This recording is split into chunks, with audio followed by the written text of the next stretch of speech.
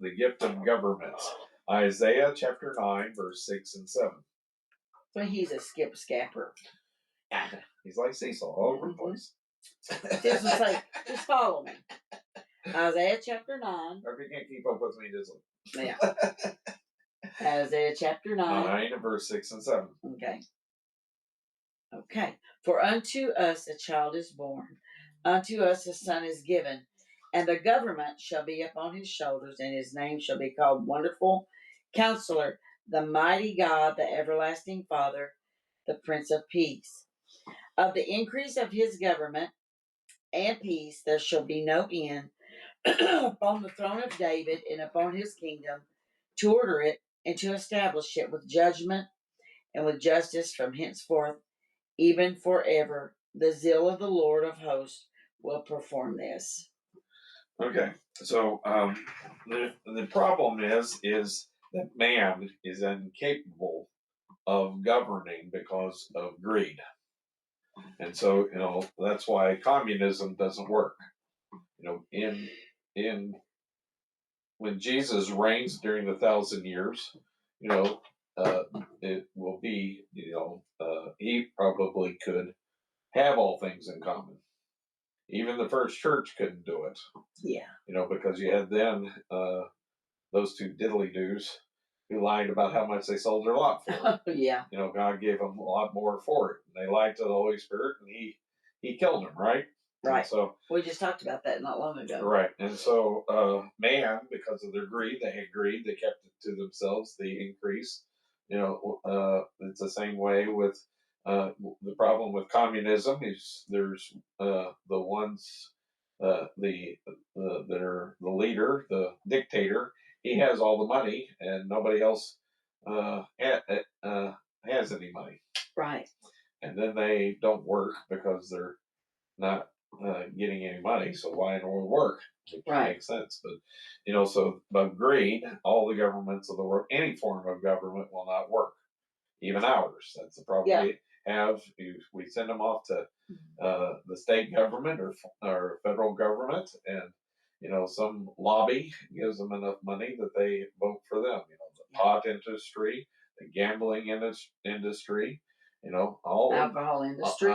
All of these, they have enough money to buy whoever we send up there because of greed. I don't care who they are going to not be able to govern us because of greed. Right. And so God, and only Jesus, is going to be able to govern his government, and he set it up originally like that, a theocracy. But we rebelled against the theocracy and wanted a king of our own, and all of the world have their own kingdoms. And so we begged God to allow us to have a king, and so he did. But he's going to use it now. He's going to have the king, Jesus, is going to sit on the throne of David, and he'll maybe allow David to sit on that throne and do his bidding for him. But only Jesus can reign that way because he is God. It's a theocracy. Only a theocracy works. And so God endorses theocracy. God ruling over the people. And so he talks about ruling with a rod of iron. So theocracy is God ruling over the people. Right. Okay. Right. I just thought they might need to. That might sound scary. That's why they're going to rebel against him. He's going to be a dictator.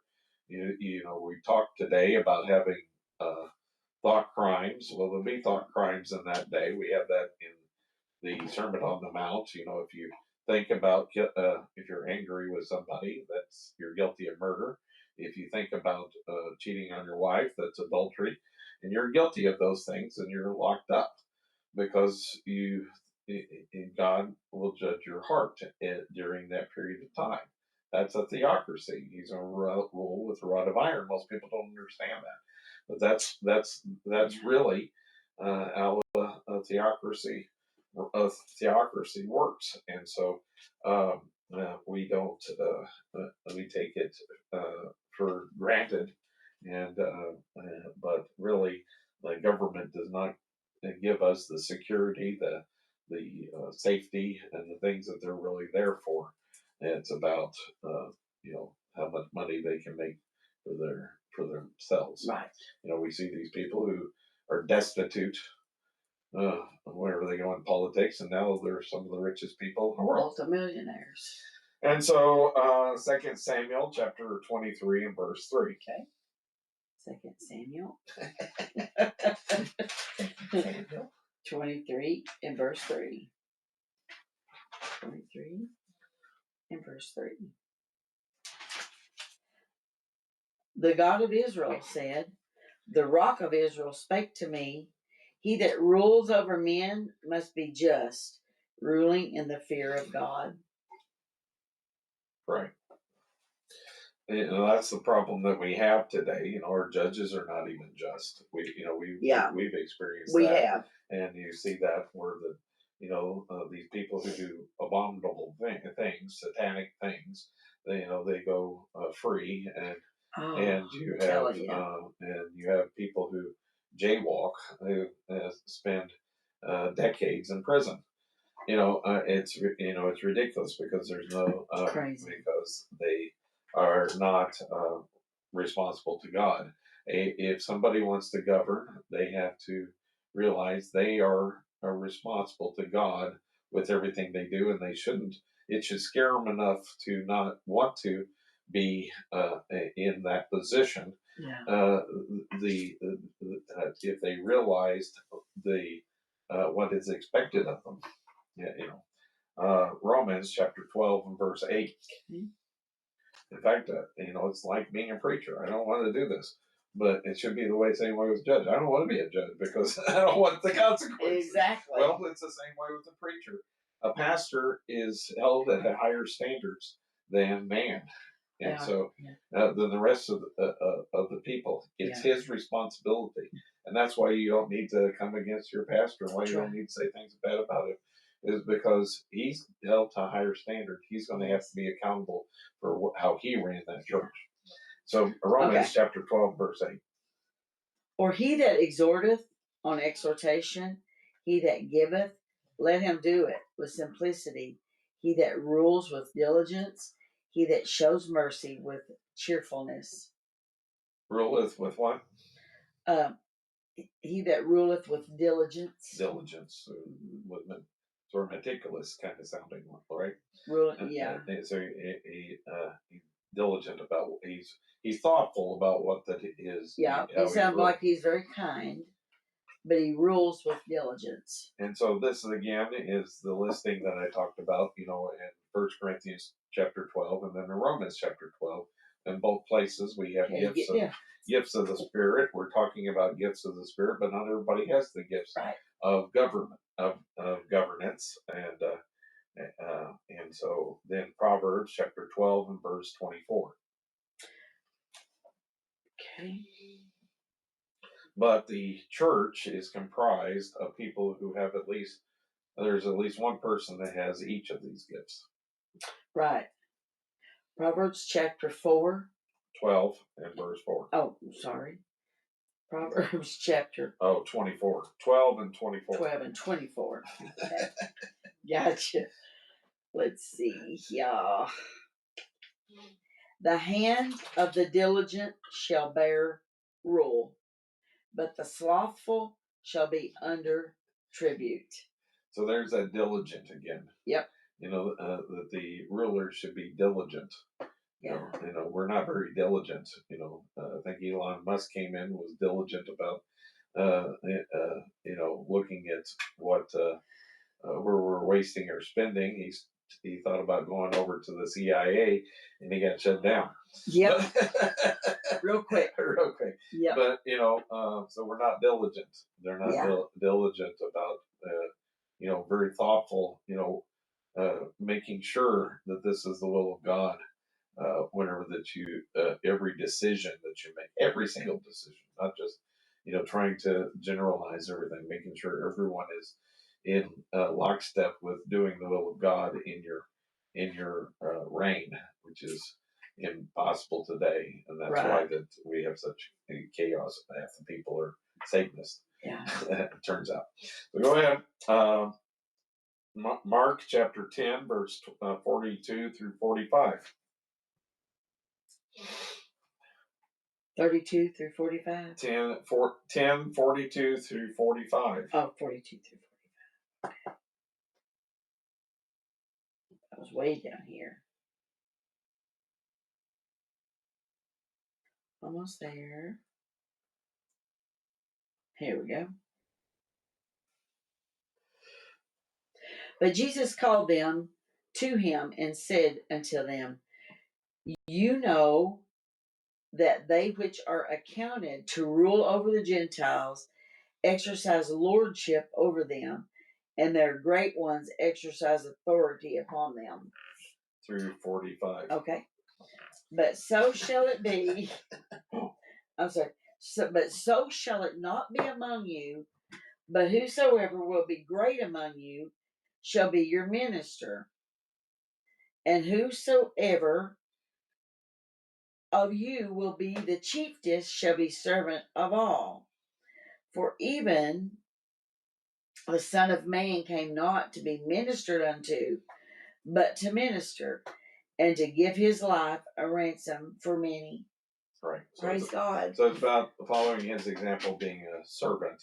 Yes. Rather than, if you want to be a lord, then you serve the people. Yes. And that's why they call it a servant, but they don't do that. Right. A civic servant. What is it we call people? Like policemen or civic no, servants? the people who are congressmen. Oh. Civil service. Civil service. And so, but they don't understand it. It's sort of like deacons these days. They're supposed to be servants, but it's become a position of honor. Same way with our rulers and that sort of thing. 1 Timothy 3, 1 through 7.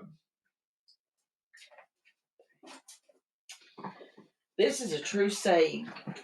If a man desire the office of a bishop, he desires a good work.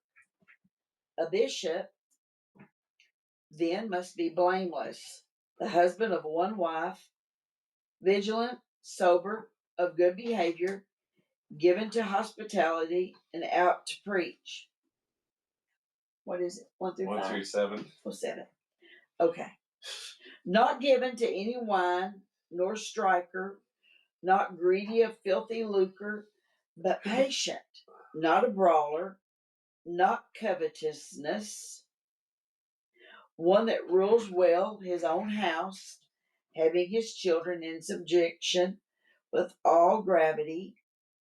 For if a man not know how to rule his own house, how shall he take care of the church? How shall he take care of the church of God? Not a novice, lest being lifted up with pride he falls into condemnation of the evil. Moreover, he must have a good report with them. Let's see here. Which are without. Sorry. Moreover, he must have a good report of them which are without, lest he fall into reproach and the snare of the devil. Right. So you look at his home.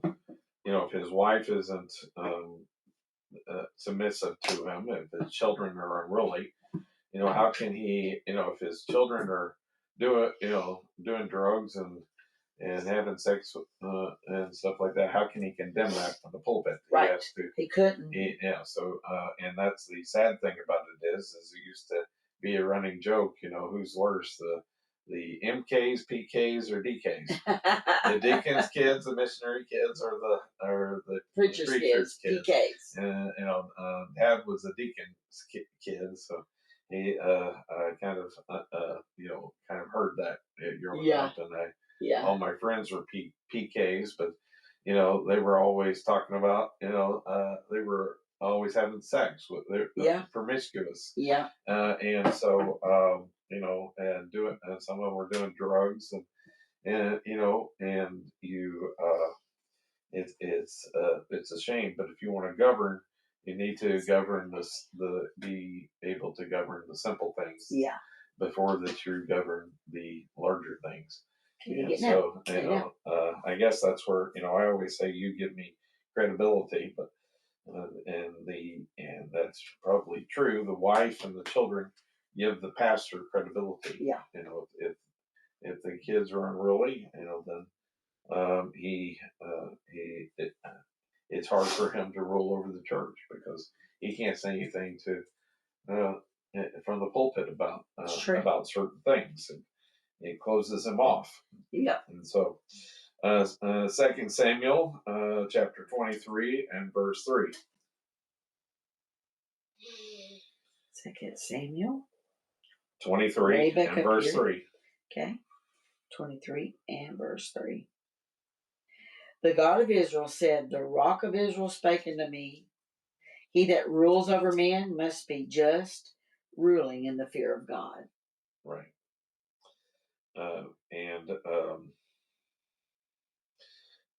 There needs to be a fear of the Lord in what they're doing.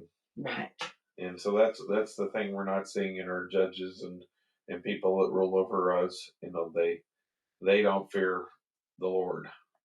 That's right. And that's why they give unjust judgments and things of that nature. Probably not Christian. Yes, probably atheists. Yeah.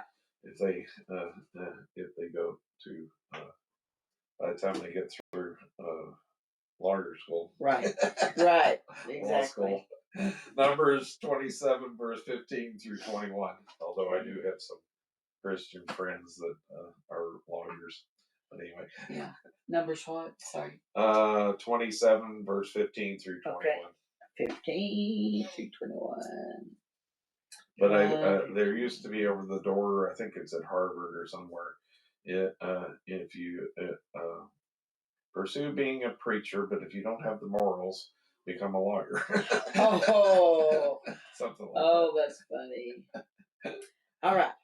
And Moses spake unto the Lord, saying, let the Lord, the God of the spirits of all flesh, set a man over the congregation, which may go out before them, and which may go in before them, and which may lead them out, and which may bring them in, that the congregation of the Lord be not as sheep which have no shepherd.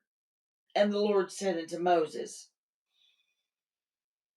take these Joshua the son of Nun, a man in whom is in the Spirit, and lay thy hand upon him, and set him before Eleazar the priest, and before all the congregation, and give him a charge in their sight. And thou shalt put some of thy honor upon him, that all the congregation of the children of Israel may be obedient.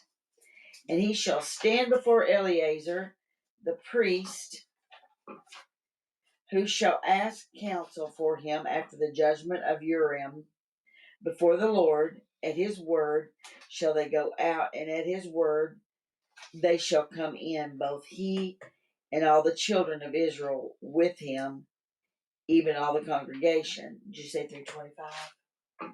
21. Oh, okay. I got it. Okay. Are you going to sleep on me, and do I need to start reading? No. Are you sure? I'm not asleep. No. It's Katie on the stairs, but I thought you usually go together. Isaiah chapter 9 and verse 16. Isaiah. No, my eyes just starts getting tired. Isaiah 9 and 16. Okay, yes. 9 and 16. Let's see. Almost there. For the leaders of this people cause them to err, and that they that are led of them are destroyed. Right. So the leaders can determine what, we see that time and time again in the Old Testament, that the leaders lead them into, because of their leaders, then they are lots of times punished by God. Proverbs chapter 29 and verse 2. And you may think that that's unfair. I always couldn't at first. I couldn't understand why.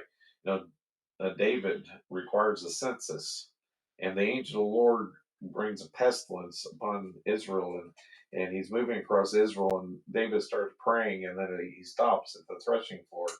And all because David was going to do a census, which violated. They even today they say they won't count people. Like if they're playing a game and they want to know how many people to deal cards to or whatever. Yeah. They sound off not one, not two, not three, not four, not five, not six, because they aren't allowed.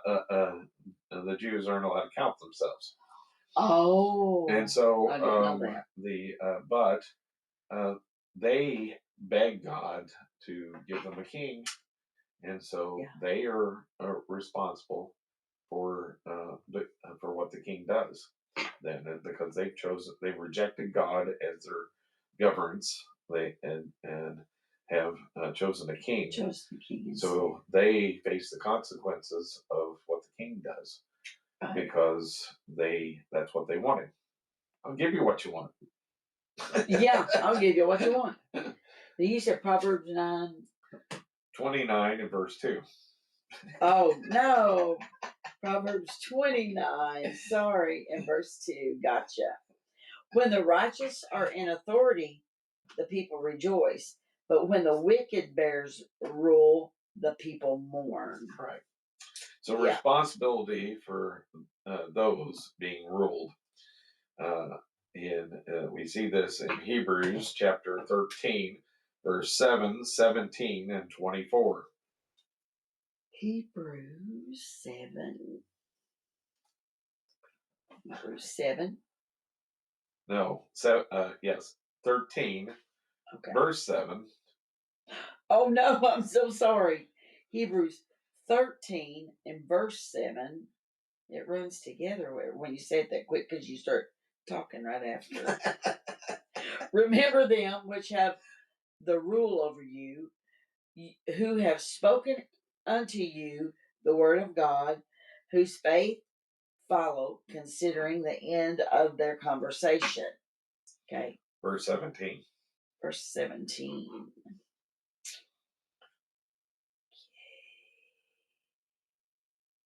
Obey them that have rule over you, and submit yourself, for they watch for your souls, as they must give an account, that they may do it with joy and not with grief, for that is unprofitable for you. Verse 24. Okay.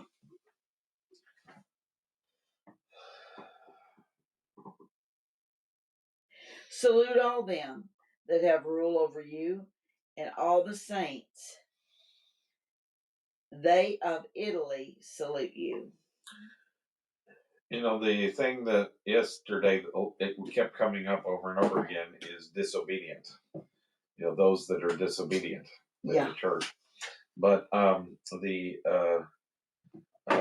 Chuck Smith talks about an incident that there's apparently a church that takes this a little too seriously, that they believe that you can't make a decision without them telling you how to make the decision. Oh, yeah.